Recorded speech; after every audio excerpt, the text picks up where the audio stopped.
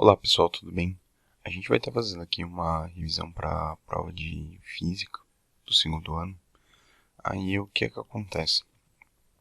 Inicialmente a gente vai trabalhar com o conceito de pressão.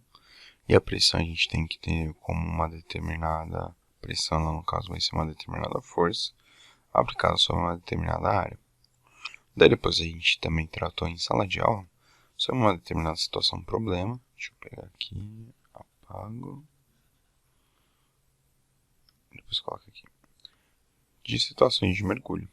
Que se por acaso a gente tem aqui uma determinada distância, daí depois se por acaso você tem aqui uma distância de 10 metros, significa então aqui que o mergulhador, ele no caso, ele está submetido a uma pressão de 2 atm. Porque se por acaso aqui eu tenho a pressão atmosférica, e depois a cada 10 metros que eu vou em mergulho, ele no caso vai ter aí um aumento de pressão de 1 atm. Então significa então, que se por acaso ele mergulhar 5 metros, vão ser de 0,5 atm. E assim sucessivamente. Na dúvida, façam a regra de 3. Daí depois aqui, nós temos o quê? Nós temos aqui uma situação que ela foi passada na lista de exercícios de vocês. Por exemplo, se por acaso eu tenho aqui um determinado objeto de 10 kg, ele tem as dimensões de 1 por 1, ele ocupa, no caso, 1 metro por 1 metro, ou seja, na realidade, ele ocupa aqui exatamente uma distância de um determinado quadrado, e ele está submetido à gravidade da atmosfera, que no caso vão ser de 10 metros por segundo ao quadrado.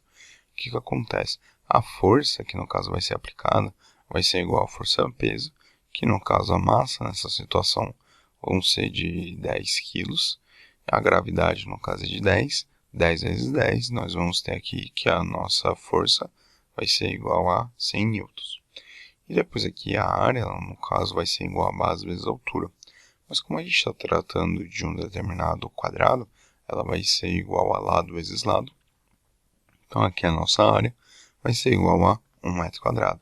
Então dessa forma a gente já pode ir calculando a pressão, que no caso vai ser igual a força sobre uma determinada área.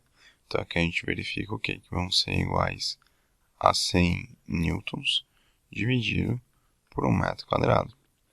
Então aqui a pressão vai ser igual a 100 newtons por metro quadrado. Aí, o que acontece? A gente tem aqui a densidade, que no caso ela vai ser igual ao quê? Vai ser igual a massa dividido por um determinado volume.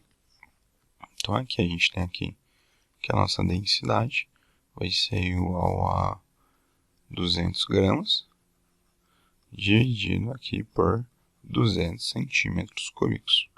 Então aqui basicamente, uma vez que a gente estabeleceu as unidades corretas, a gente pode o que? A gente pode, no caso, estar fazendo aqui 200 dividido por 200 vai ser igual a 1.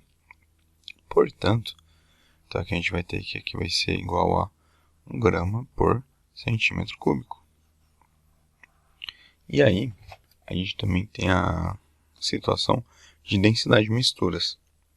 Lembrando que essa densidade de misturas, somente para a gente não perder o caráter técnico, se trata de quando as substâncias elas são miscíveis, ou seja, elas se misturam.